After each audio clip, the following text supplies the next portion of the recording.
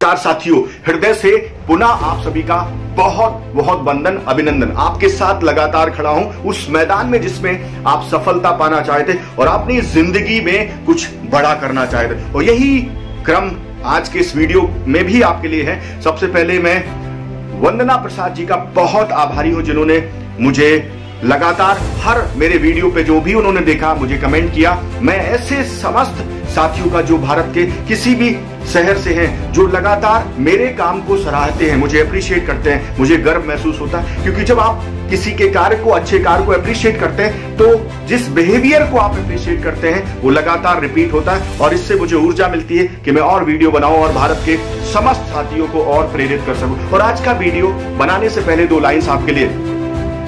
जिंदगी जीना इतना आसान नहीं होता, जिंदगी जीना इतना आसान नहीं होता, बिना संघर्ष के कोई महान नहीं होता। जिंदगी जीना इतना आसान नहीं होता, बिना संघर्ष के कोई महान नहीं होता। जब तक न पड़े हथौड़ों की चोट पत्थर पर, जब तक न पड़े हथौड़ों की चोट पत्थर पर, कोई भी पत्थर लोगों के लिए भगवान नहीं होता। और इसीलिए मैं आप सभी से कहना चाहता हूं कि अगर आपको जिंदगी में महान बनना है, जिंदगी में बड़ा बनना है, लोगों के लिए प्रेरणा का स्रोत बनना है, तो आपको पेन लेना पड़ेगा, दर्द से गुजरना पड़ेगा, अपने आप को नॉलेज के लेवल पे, स्किल के लेवल पे बहुत आगे लेके जाना पड़ेगा। इसी क्रम में आज का वीडियो है, और एक सच्ची घटना से मैं इसकी शुरुआत करता हूं। 1973 की बात है।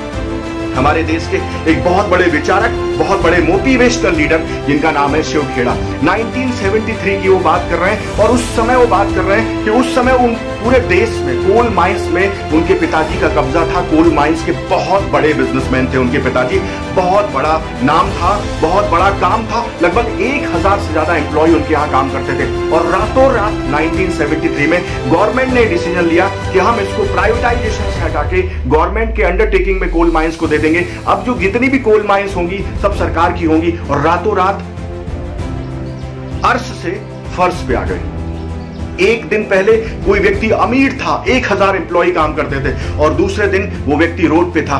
पिताजी के जाने के बाद जितने एसेट्स थे सब चले गए, सिर्फ लायबिलिटीज बची थी। और घर का गुजारा चलाने के लिए उनको घर के जो बर्तन हैं, जो सामान है, वो सब बेचना पड़ते थे। अपना कभी कबाड़ बेचना पड़ता था, कभी टेबल कुर्सियां बेचनी पड़ती थी। घर का जितना भी सामान था बिक रहा था। और उनका कहना है कि जब उनकी बेटी हुई उस समय उनकी मां के पास अस्पताल का बिल देने के लायक भी पैसे नहीं थे, और बहुत बुरी परिस्थिति से गुजर रहे थे, बहुत बुरी सिचुएशन से गुजर रहे थे। शायद हम में से बहुत सारे लोग ऐसी सिचुएशन से गुजरते। लेकिन 1975 में उन्होंने भारत को छोड़ने का फैसला लिया।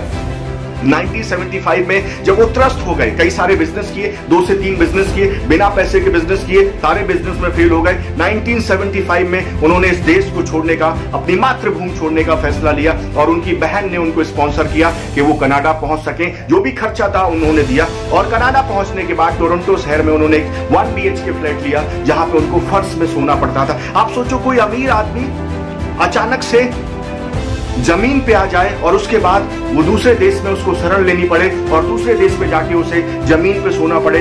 घर में खाने के लिए भी लाले थे। ऐसी परिस्थिति में उनकी वाइफ, चूंकि MBA थी, उनकी वाइफ ने जॉब करना शुरू किया।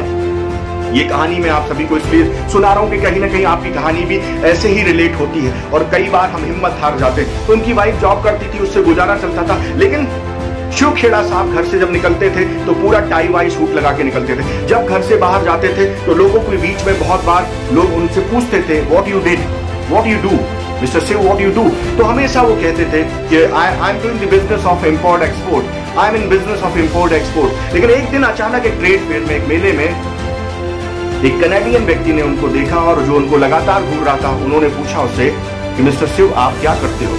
तो उन्होंने कहा I am into the business of import and export. उस व्यक्ति ने कहा कि आप कमाते कितना हो। तो शिव खेड़ा जी ने उसको जवाब दिया, it's none of your business, ये आपका बिजनेस नहीं है, आप मुझसे इस तरीके से नहीं पूछ सकते। लेकिन उसके बाद उन्हें इस बात का रियलाइज हुआ कि भले ही ये इसका बिजनेस ना हो, लेकिन मैं आज की पोजीशन में कुछ कमाता नहीं हूं, ये वास्तविक सच्चाई है। मैं कुछ करता नहीं हूं, मैं टाई सूट लगा के बाहर आ जाता हूं, लेकिन उसके बाद मेरा कोई काम होता नहीं है। थोड़ी देर के बाद उस व्यक्ति ने उनसे दोबारा पूछा, क्या आप कोई बिजनेस करना चाहेंगे। तो शिव खेड़ा जी ने पूछा कि आप किस प्रकार के बिजनेस में है महोदय, थोड़ा विस्तार से बताएंगे। तो उस व्यक्ति ने कहा, I am into the business of simonizing the cars. Simonizing the cars का मतलब आप सभी को बता देता हूं।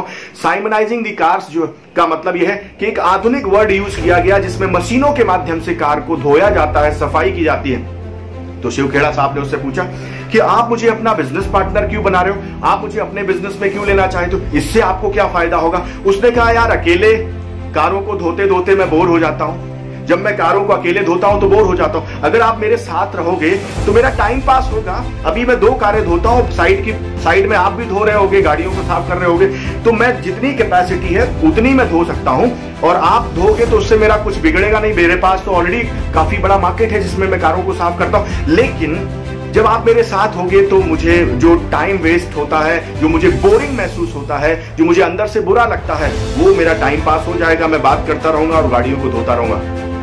उसने शिवखेड़ा जी से पूछा कि आप इस बिजनेस में मेरे साथ पार्टनर बनोगे, जो भी इनकम होगी केमिकल के पैसे काट के मैं आधा आधा करूंगा। उन्होंने इस बिजनेस को स्वीकार किया और रोज सुबह गाड़ियों की सफाई। सोचिए मैं ये बात क्यों कर रहा हूं कि जिंदगी में कोई काम छोटा नहीं है। सिचुएशन के हिसाब से कभी कभी ऐसी परिस्थितियां आती हैं जहां पे आपको अपना रोल बदलना पड़ता है, और कई बार रोल बदलने को लोग तैयार नहीं होते। कारों को धोना शुरुआत किया उस शहर में, और उसके बाद एक दिन अचानक उन्होंने देखा कि जो वैक्यूम क्लीनर्स हैं, वैक्यूम क्लीनर्स के लिए ऐड निकला है कि आपको डेमो देने हैं और हर डेमो पे आपको 5 सेंट मिलेगा।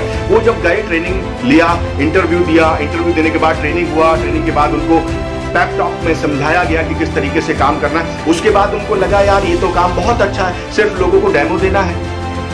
डेली बेसिस पे जिस घर में भी आप डेमो दोगे उसमें आपको 5 सेंट मिलने वाले हैं, तो उनका ये तो बहुत अच्छा काम, मुझे तो कुछ बेचना ही नहीं है, I am not going to sell anything, मुझे तो सिर्फ डेमो देना है। किसी घर से नॉक करने पे डेमो सुन लिया जाता था, देख लिया जाता था, कोई गालियां देके भगा देता था, कोई धक्के देके भगा देता था, कोई परेशान करके भगा देता था। ऐसी सिचुएशन में उनकी जिंदगी चल रही थी। और एक दिन अचानक एक भारतीय फैमिली में जब वो पहुंचे डेमो देने के लिए, तो उस फैमिली ने सारी बातें उनकी गंभीरता से सुनी। उसके बाद उन्होंने पूछा, mister Shiv, have you ever sold life insurance?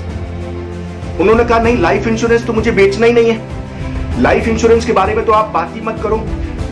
Life insurance तो मैंने देखा है कि भारत में बीमा अभिकर्ताओं की क्या हालत होती है, उनको कुछ आता भी नहीं है और उन्हें कोई पूछता भी नहीं है। ऐसी सिचुएशन में लाइफ इंश्योरेंस का तो आप नाम भी मत लो, इस बिजनेस में तो मुझे जाना ही नहीं है। लेकिन उस व्यक्ति की वाइफ ने उनसे कहा कि मिस्टर शिव, अभी आपके पास सिर्फ एक ऑप्शन है कि आप डेमो दे सकते हो, लेकिन अगर आपकी जिंदगी में कई और विकल्प जुड़ जाएं का मतलब यह है कि अगर आप लाइफ इंश्योरेंस के बिजनेस में आना चाहते हो, कभी आपको लगता है इस बिजनेस में जाना है, तो एक छोटा सा एग्जाम देना पड़ता है। पहले एग्जाम क्लियर करोगे तो आपके पास विकल्प खुल जाएगा। ये कहानी पे ये जो मैं आपको समझाने का प्रयास कर रहा हूं, एक पड़ाव है ऐसा जहां पे बहुत बार हम अपने माइंड में अपने विकल्पों को फिक्स कर लेते हैं। हम जो काम कर रहे हैं वो फिक्स कर लेते हैं। कई बार हमारे पास ऐसे विकल्प ईश्वर के माध्यम से या किसी के माध्यम से आते हैं जहां पे हम उन विकल्प को कभी ट्राई नहीं करते, जबकि हमारी क्षमताओं में हमारे पास वो समय भी होता है कि हमें उनको ट्राई करना चाहिए जिससे हम आगे और बढ़ सके। तो उन्होंने कहा ठीक है, चलो विकल्प की बात है तो विकल्प ले लेते हैं, एग्जाम दे देते हैं। एग्जाम दे दिया, महोदय पास हो गए। पास होने के बाद जब डेवलपमेंट ऑफिसर के पास गए तो उसने कहा मैं आपको 30 सेकंड का टाइम देता हूं, सिर्फ 30 सेकंड है आपके पास, और आपको डिसाइड करना है कि एक हफ्ते में $150 लेने हैं या फिर जैसे आप हो हम आपका एजेंसी कोड मंगाएंगे नहीं। उन्होंने कहा तत्काल साहब $150 की बात है, मैं एजेंट बनना चाहता हूं, मैं लाइफ इंश्योरेंस एडवाइजर बनना चाहता हूं। लाइफ इंश्योरेंस एडवाइजर तो बन गए, लेकिन वहां पे उनका एक कहना था कि मैंने आज तक का सबसे बड़ा रिकॉर्ड बनाया। और रिकॉर्ड क्या था कि उस ब्रांच में जो डेवलपमेंट ऑफिसर था उसके 35 साल के करियर में कोई भी ऐसा एडवाइजर नहीं था जो लगातार कोड आने के बाद 3 महीने तक जीरो पे रहा हो। और शिव खेड़ा जी ने ये पहला रिकॉर्ड उस कंपनी में बनाया कि लगातार 3 महीने तक काम करने के बाद जीरो पे। और उनका स्टेटमेंट है कि मैं बहुत मेहनत कर रहा था, मैं बहुत मेहनत कर रहा था। और एक दिन उनके डेवलपमेंट ऑफिसर ने कहा मिस्टर महोदय गेट आउट, अब आपको यहाँ काम करने की जरूरत नहीं, बिकॉज आप इस बिजनेस को नहीं कर सकते। तो उस समय शिव खेड़ा जी ने उससे कहा कि सर मेरे को इंग्लिश अच्छे से नहीं आती है, मैं अच्छी परवरिश में नहीं पला हूं, मैं बिजनेस करना जानता नहीं हूं, मैं कोई आर्किटेक्ट इंजीनियर ये सब नहीं हूं, मैं हैंडीकैप्ड हूं। और ऐसी सिचुएशन में कहीं ना कहीं मैं अपने आप को इस लायक मानता नहीं कोई मैं बिजनेस कर सकता हूं। उस डेवलपमेंट ऑफिसर ने जो जवाब दिया वो फिर से एक लर्निंग आपको देता। उसने जवाब दिया mister Shiv, you are not handicapped, you are not handicapped, you are actually mentally handicapped. आप अपनी मानसिक रूप से हैंडीकैप्ड हैं क्योंकि आपका एटीट्यूड बेकार है। हैंडीकैप एक अलग विषय है, लेकिन जब आपका एटीट्यूड खराब होता है, जब आपका एटीट्यूड नॉन वर्किंग होता है, चूंकि वो जहां जहां काम कर रहे थे वहां सिर्फ टाइम पास कर रहे थे, और उस दिन उनको रियलाइज हुआ कि वाकई में एटीट्यूड की क्या पावर होती है। जब आप किसी चीज के लिए जिद कर लेते हैं कि मुझे करना है तो वो चीज होती है, और आप जिद नहीं करते तो वो चीज कभी होती नहीं। और उस दिन जब उनको फायर किया गया, उस दिन उनको आत्मज्ञान हुआ,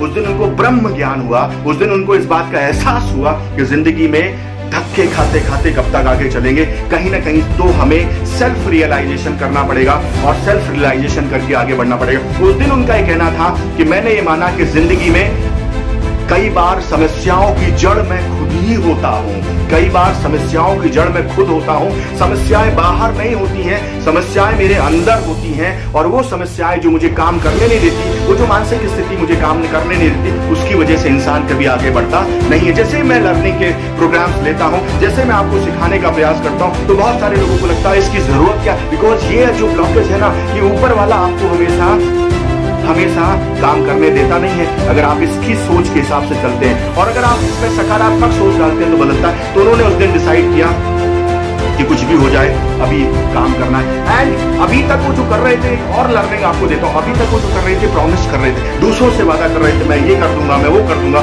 मैं ऐसा कर दूंगा, लेकिन उस दिन उन्होंने खुद से वादा किया। जब आप दूसरों से वादा करते हैं उसे प्रॉमिस करते हैं, प्रॉमिस कहते हैं, और प्रॉमिस बहुत बार टूट जाता है, लेकिन जब आप खुद से वादा करते हैं उसे कमिटमेंट कहते हैं। और जो व्यक्ति कमिटमेंट करता है, जो व्यक्ति सेल्फ कमिटेड होता है, उसकी अंतरात्मा जब तैयार होती है किसी काम के लिए, वो निश्चित रूप से जीतता है। और उस दिन उन्होंने सेल्फ कमिटमेंट किया और अपने डेवलपमेंट ऑफिसर से कहा मुझे एक अंतिम मौका दे दो। उसने कहा देयर इज नो ऑप्शन, आज आपको जो करना है कर लीजिए।